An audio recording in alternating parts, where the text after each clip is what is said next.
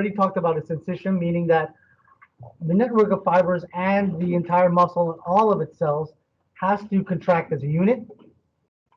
It is self-exciting and, of course, rhythmic. Nice to know. Now, we're going to talk about refractory period is the muscle's ability to contract again once all resources have been depleted, or it's time to reload or to contract again, because muscle doesn't contract in the same way of skeletal muscle. Skeletal muscle can go tetanic, meaning that it can be stuck in contraction, and also it can fail. The cardiac muscle isn't designed to fail; it's designed to contract, recharge, contract again on a continuous basis.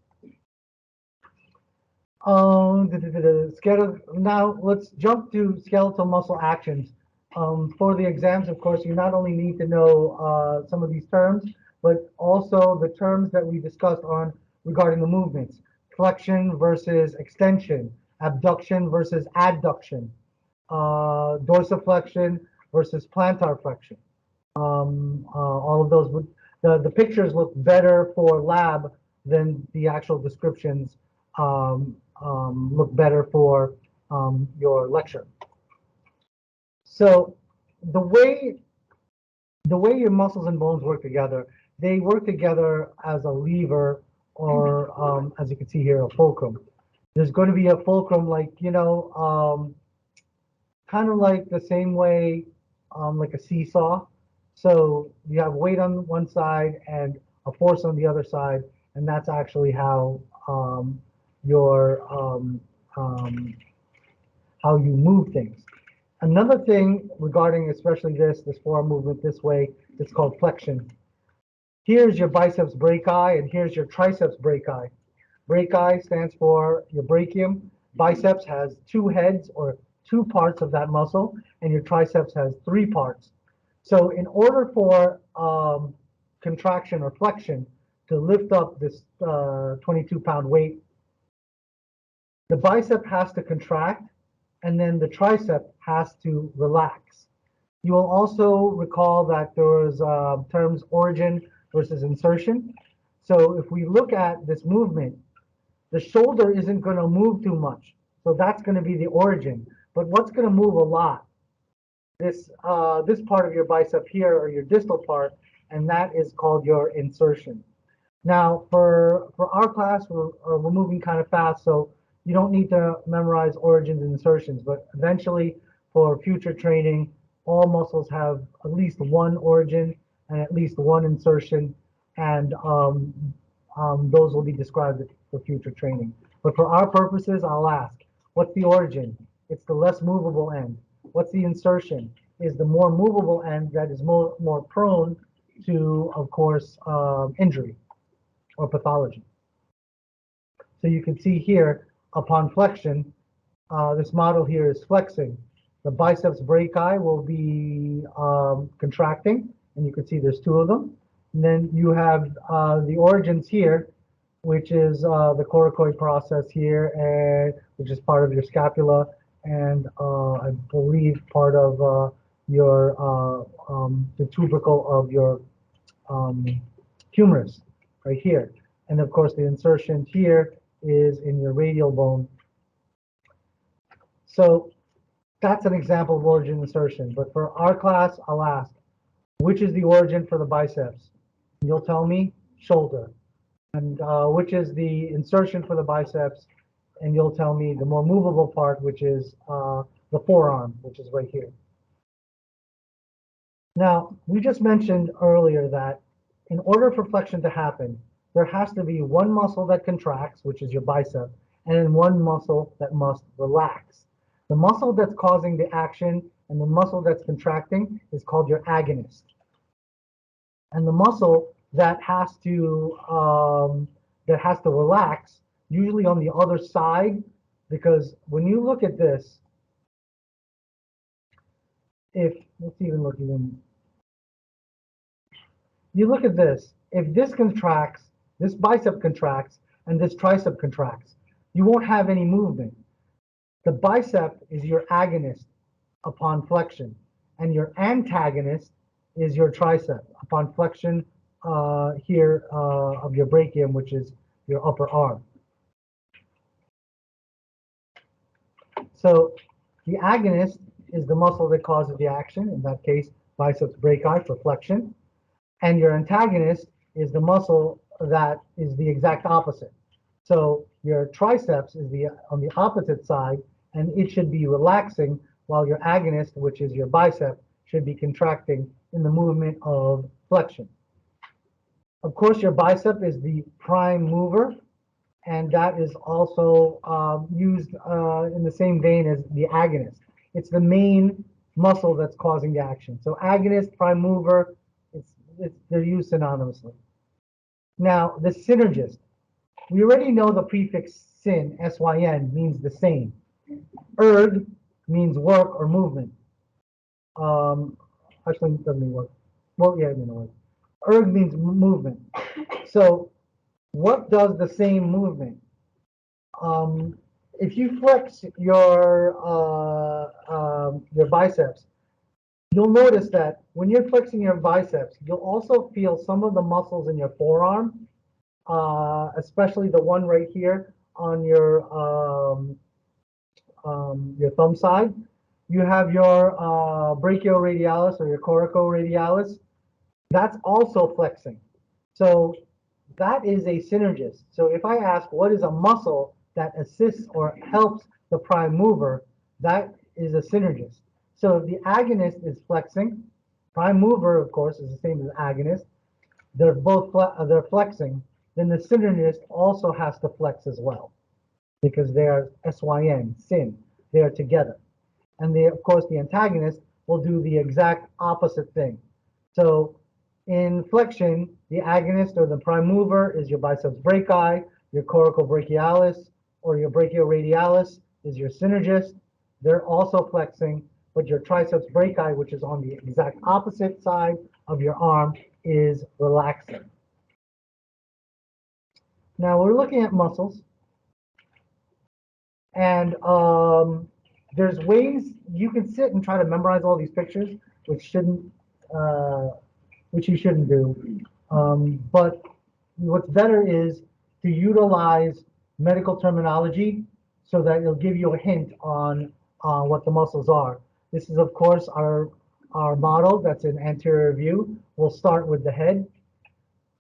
You have, of course, your scalp and this part of your forehead. It's in the front of your face, hence the term frontalis. You have round or orbital muscles. You have two up here. That's your orbicularis oculi. Let's see, do I have a pointer?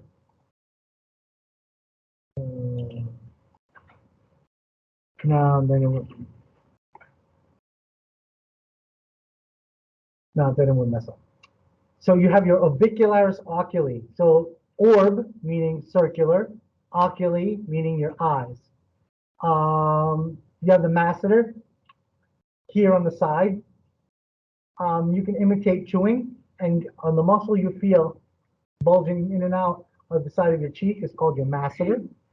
Your mouth, of course, has a circular muscle around your mouth, and that's your orbicularis oris. Your pectoralis major, because it's your pectoral means your chest. Your trapezius, there's a better view of it in the back. Now, if you look at your deltoid, you kind of see it has like 1, 2, 3 sides. And in in Greek, the delta, the letter delta is a triangle. So deltoid, this is the triangular shaped muscle here forming your shoulders.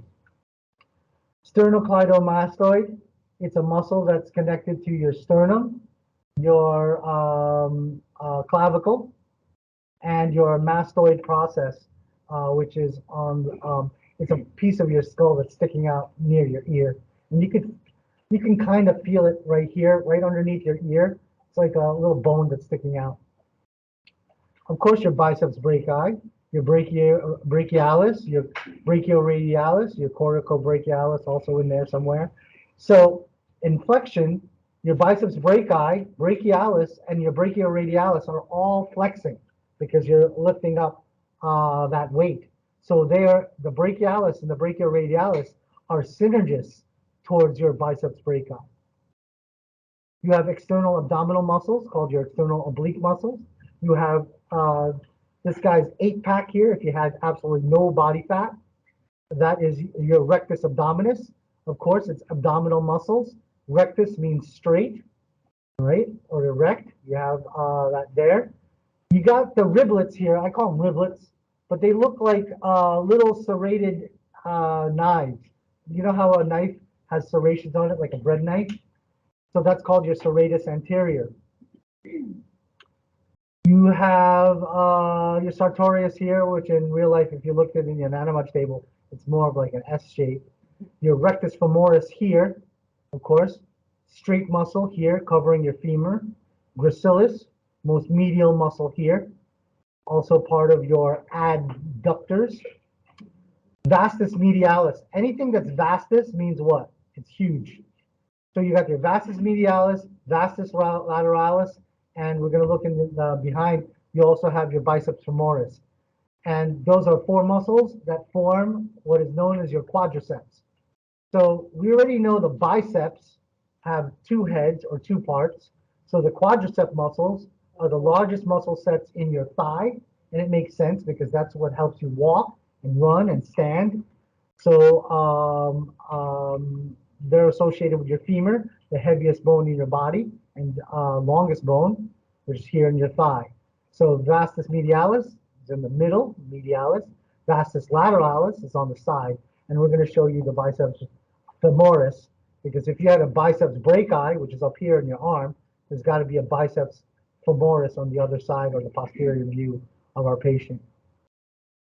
You have your tibialis and fibularis, because of course, if you have your tibial bone, your tibia, there's a muscle connected to that. And also your fibula, there's also a muscle connected to that. Gastrocnemius is gutter, and your soleus is gutter viewed on the posterior. If you see extensor or flexor muscles, that just means what? They're going to help either extension or flexion. And we already know dorsiflexion and plantar flexion as movements of our feet. Let me get rid of this thing. I guess I can't get rid of this thing. Let's now go to the posterior. Of course, if I have a frontal bone, I have the frontal muscle, frontalis. I have a temporal bone. I also have what? A temporalis. I have an occipital bone, an occipital region. I also have an occipitalis. Now, just like the deltoid, you have a shape here, right? It's like kind of like you know, triangle. If the triangle got the top cut off, so think of this as one side. This is one side. This is another side. This is another side. So it's kind of like a smushed, like pyramid, and that's called your trapezius, also known as your traps. And that's that muscle that gives, you know, middle linebackers that huge neck or that no neck. Ever see dudes who do a lot of upright rows? They have like no neck because of they build this trapezius out all the way out to like here. Teres minor, teres major, of course, the major muscle will be the bigger one. Deltoid here, posterior view. You have a lovely muscle here, you call your latissimus dorsi, or your lats. Something that has a lot of latitude, that means what? It gives you a wide berth, or something that's wide, right? And dorsi, of course, is your dorsum, or the back part of your muscle. This is, this once developed, gives the bodybuilders that lovely V taper that you guys see, you know? You got like a 22-inch waist, and it comes all the way out here, and it has that V, you know, that V back thing. Of course, the junk in your trunk is your gluteus maximus, right? And of course, there's a medius and minimus here. And the maximus is maximized for a reason. Just like your quadriceps, your gluteus maximus has a lot to do with your posture and you're walking and bending down and picking up stuff. You also have your biceps femoris. There's two of them here. You have your semitendinosus and semimembranosus. The way I always remember which one's which, semimembranosus is the more medial one. Semitendinosus is the more lateral one, right next to your biceps femoris right here. Of course, you have your adductor magnus. Something that's magnum is big. So, and of course, it's your adductors, including your gracilis, have to be near midline because isn't that what's going to pull your leg closer towards midline? And you have the posterior view of your fibularis longus. Now, this thing is called your gastrocnemius. Gastro means stomach, but here it actually means these. When we talk about like biceps or parts of a muscle, sometimes we call them bellies. So your bicep has 2 bellies, tricep has 3 bellies, and your quadricep has 4 bellies.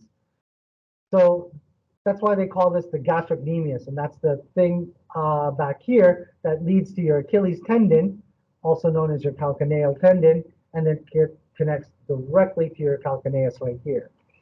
And if you get a Charlie horse like that, right, what's it going to do? It's going to naturally plantar flexion your foot right here. Another view of the face. Of course, if I have a temporal bone, I have to have a temporalis. If I have an occipital bone, occipitalis. Here's that masseter. If you put your palm next to your face and you pretend you're chewing gum, you can feel it right here. Your sternocleidomastoid, that's the one that connects to your sternum, your clavicle, and this little thing behind your ear, like right underneath it, called your mastoid process. That's the thing that helps you turn your head. This thing is the big, long, flat muscle that connects right here. So you do this with your, when you flex your teeth, your mouth like this, you can feel it right here. And that's called, I call it the flatissima because it's a nice flat muscle here in the front.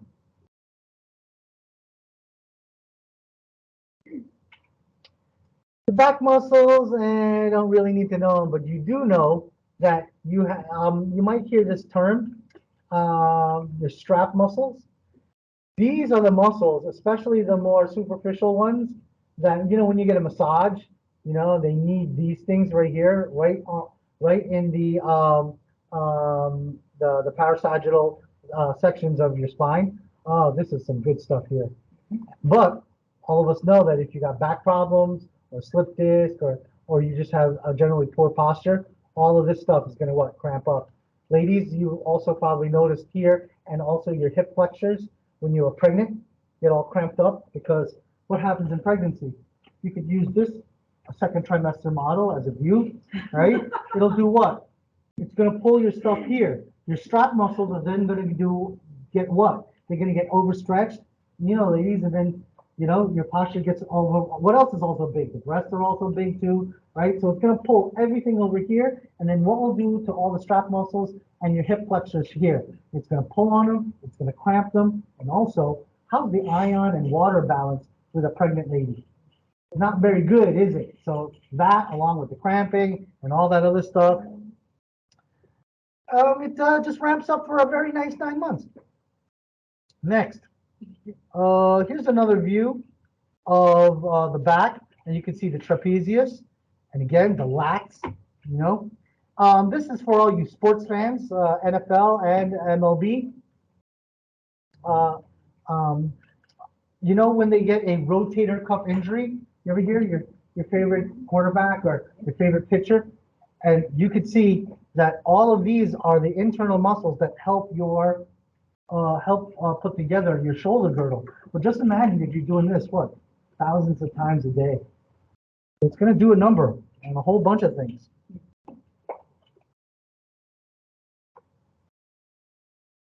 Here's a little better and more internal view.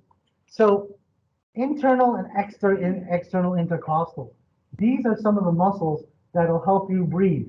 So if you see here, right, you see my when you see me breathe, and that I believe the next set of classes where you get to count breathing. All right, all right. Where are you looking? You're looking at the upper part of the chest because you need to see it go up and out. So when you see this, that's 1, 2, so on and so forth. Anywhere from 12 to 20 breaths per minute, and that is your intercostal and external intercostals. Your intercostals are part of the muscles of breathing. Oh, transverse abdominis. Oh, I just also want to show this part. And you can see, like when we're doing surgery, right? It's not just open you up, you're like a book. You see, everything's got layers. I've got to get through all the skin. Then I got to get through the fat. Then I got to get through the fascia. Then I got to get through all of these muscle layers. Oh, by the way, when you heal up, right? That's not just one wound, that's how many wounds? 1, 2, 3, 4, 5, all the way down. And when I do a C-section, I'm going through 8 layers. That's why even though it's a nice bikini incision, fan and steel, it's still gonna hurt. You're still going to have significant healing time. And again, I'm not saying that surgery is a bad thing, but we have to consider, again, our goals and does the benefit outweigh all the disability that's going to go after it. And when we do surgery, that means it does, because the surgeons can't just do whatever they want. They have to go through PAT or pre-admission testing, where we see if the patient's okay, because the patient has to have good heart, good lungs, good brain, good everything. Muscles that move the forearm, we saw them already, biceps, and go to the next one. Oopsies, next. Oh, let's look at this. This is that thing I was talking about. And if you'll notice, if you're looking at anatomic position, the front part, those are your flexors, and it makes sense because all my tendons and all this stuff is here. And you can now see this flexor retinaculum, and this thing right here, that's when you get carpal tunnel, right? All those tendons here, let's say I type a lot, or I use my hands a lot, like I don't know, I'm a carpenter or something, right? Well, that thing will get loose and it'll bottom out. And when it bottoms out, there are nerves underneath there. And remember, we know nerves have 2 functions, right? Don't they have an ascending fiber? That's my sensory. And don't I have a descending fiber? That's my motor. So those of you who have carpal tunnel know that what? It can affect both, can it? Right? The first thing, those of you who had carpal tunnel, didn't you feel like tingling? And then maybe it was only on the last 2 fingers, or maybe it was just on the thumb and half of this finger. That little tingling, or sometimes you may get pins and needles. Pins and needles are called paresthesias. That means there's a nerve problem going on. And we've all experienced pins and needles, right? You're watching something on Netflix and you're binging out. What was I binging yesterday? The Sandman, right? And then I watched like 3 episodes in a row. What happened when I was all kneeling on my good leg? Right? The nerve gets impinged, just like on carpal tunnel. So when I get released, what do I feel in my feet? Pins and needles. Now, if you feel that without doing crisscross applesauce while binging Sandman, then go see your neurologist, something's up, right? Because then that's the sensory portion. Now, when I got up to try to find where the Doritos were, right? How was my gait, or how was my walking? It was funny, right? Because is the message, the motor message, getting down there? Kinda, right? But also, how about all that oxygen? Was it, when you impinge something, there's not a lot of oxygen. You're cramping everything up. So you'll see here, there's a theme of that even in your ankles as well. But you don't use your ankles as much as you use your hands. And especially nowadays, everything that we all do is electronic medical records. So be wary of that, because almost everybody on my wife's team, and there are 26 members in her subgroup, about 20 of them all have varying forms of carpal, including my wife. in bilateral. Because what do you think HCA people do all day? This is what they do. They stand up, fix the screen, then went back down, maybe pick up a phone, but nowadays the phone is now all linked. You just sit there. That's what my wife does 10 hours a day. Just sit there and just looks at does this, and then we just keep her getting her food. Next, if you look at the opposite side, if this side, the anterior, was flexor, what's the other side have to be? Extensor. So if I cut this side, the other side, will I be able to extend my hand and reach out anymore? No. So you can see all these little tendons here. I had a contractor put his hand through a plate glass window, like a big one, and it cut up everything on this side. So he had severe disability because what happened to all of this got severed, including nerve damage. So is he able to do this now? Nope. So notice how when you have tone, your hands are even. What happens when one side wins and the other one gets cut off? That happens. You notice that in palsy? Same thing. I had on my hand, as you can see, a truck fell on it. I was trying to, don't worry about it. Just know a truck fell on there, right? Well, this and this were like in constant middle finger mode, like this, and that's called an ulnar claw. And this, it was like this for a year, right? And then of course you go through therapy and whatever. And now I forcibly leave it open, and I also do exercises till this day. I played piano for 15 years. There are many pieces now that I only play with my first and fifth digit because I can't use these three. It just won't do it. But it's amazing what they did and how they repaired it, because this was severely deformed. And when the truck fell on my hand, when I pulled it out, this all ripped out like a Pez dispenser. So I actually saw my bone, and I was in shock, but I was like, I was like, look, that's a freaking bone. But it was really cool because it's still there. But you also notice, right, the nail bed, right? We didn't mention it too much, but the nail bed also, just like the squamous epithelia, it grew a certain way, right? That's why your skin looks what? Soft and supple. But look what happens when the vascular bed gets damaged. Then the nail will also grow what? Off. Weird. All right. Actually, it was more gnarly than this before, but I kept on taking it out. Don't ask me why I kept on doing it. I was hoping that maybe if I kept on ripping out my nail, that it would go back like better. It just grew back less gnarly. Is that the thing? But right now, I think I ripped it enough where I got it to a normal shape. And I forgot to mention, well, because it's not really too important, but those of you, anyone ever had their nail ripped out? You know that, like when you tap, right, without nails, it's very painful, right? And so when I'm tapping like this, my middle finger can feel it. Like it just feels just like tapping, but because the nail or the accessory organ didn't grow correctly, remember, form equals function.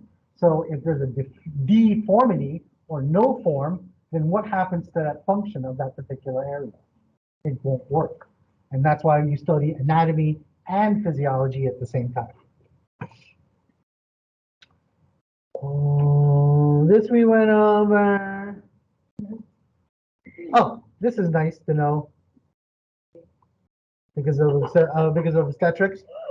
Remember we talked about herniation, and when we think about the rectum, which is the tube that connected to your anus, and your vagina, which is it's not the opening. It's actually the muscular tube that leads to your uterus.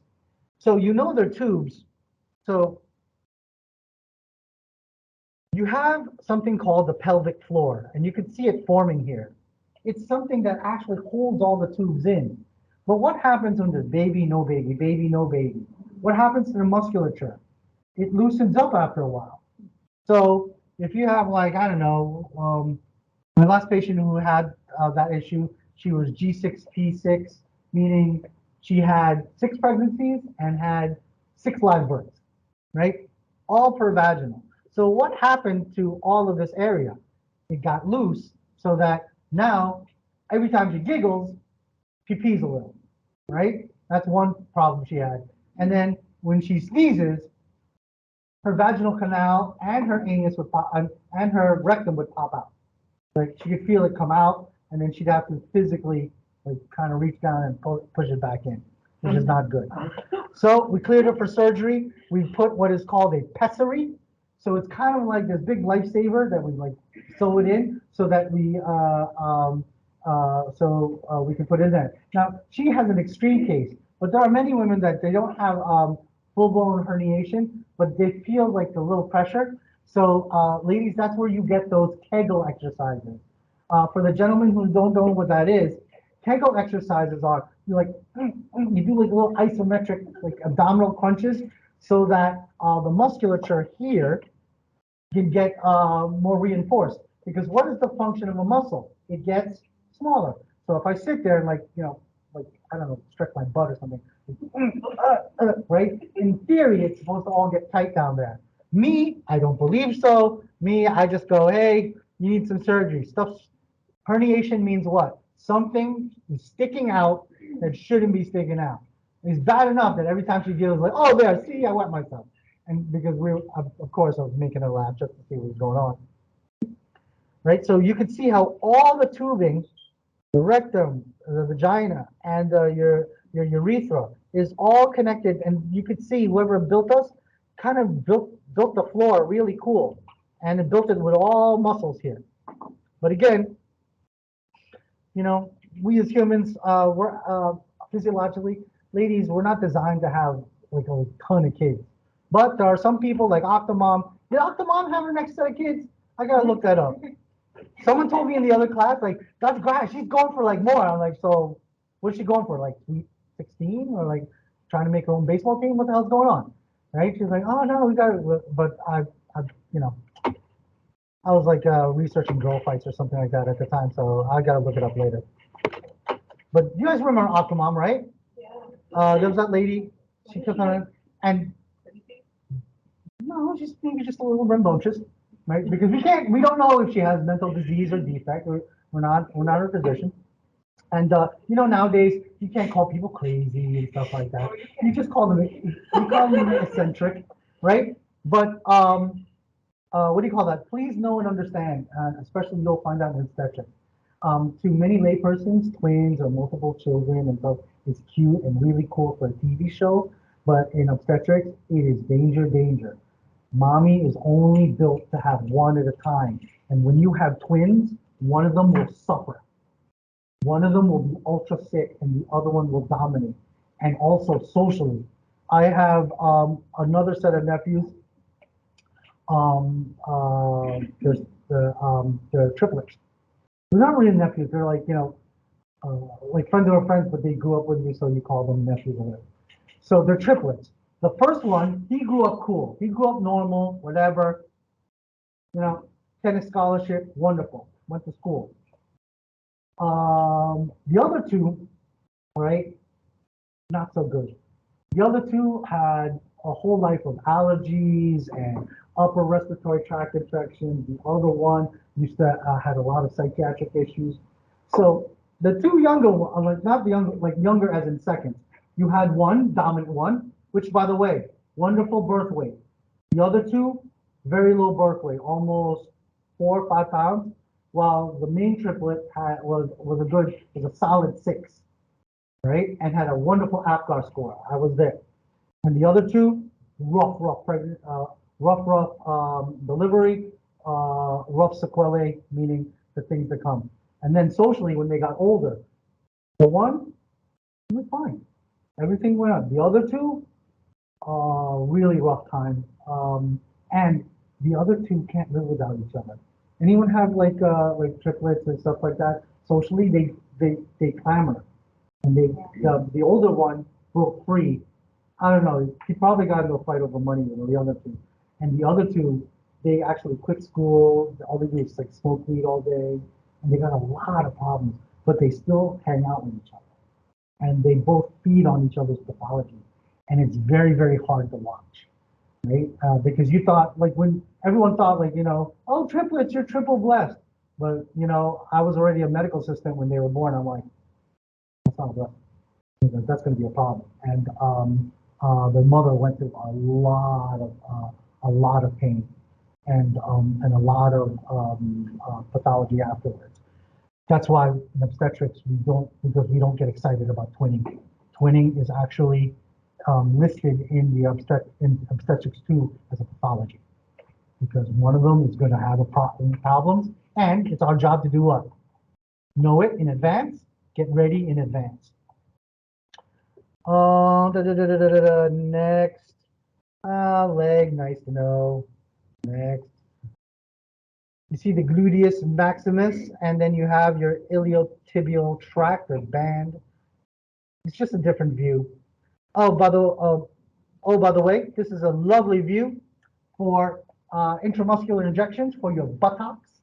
That's what this thing is called. It is called your buttocks, and you're supposed to cut up your buttocks into 4 quadrants, and it is the upper outer quadrant. That's the one you hit. If you recall, when we did the anatomage, the sciatic nerve was in our way, that big nerve. And look, because it has to supply this and all this quadriceps and the rest of your leg. They move your thighs, they move you around, move your leg. Nice to know. We already went over that in other views. Move your foot. We already went over that in other views. Now, for the lab,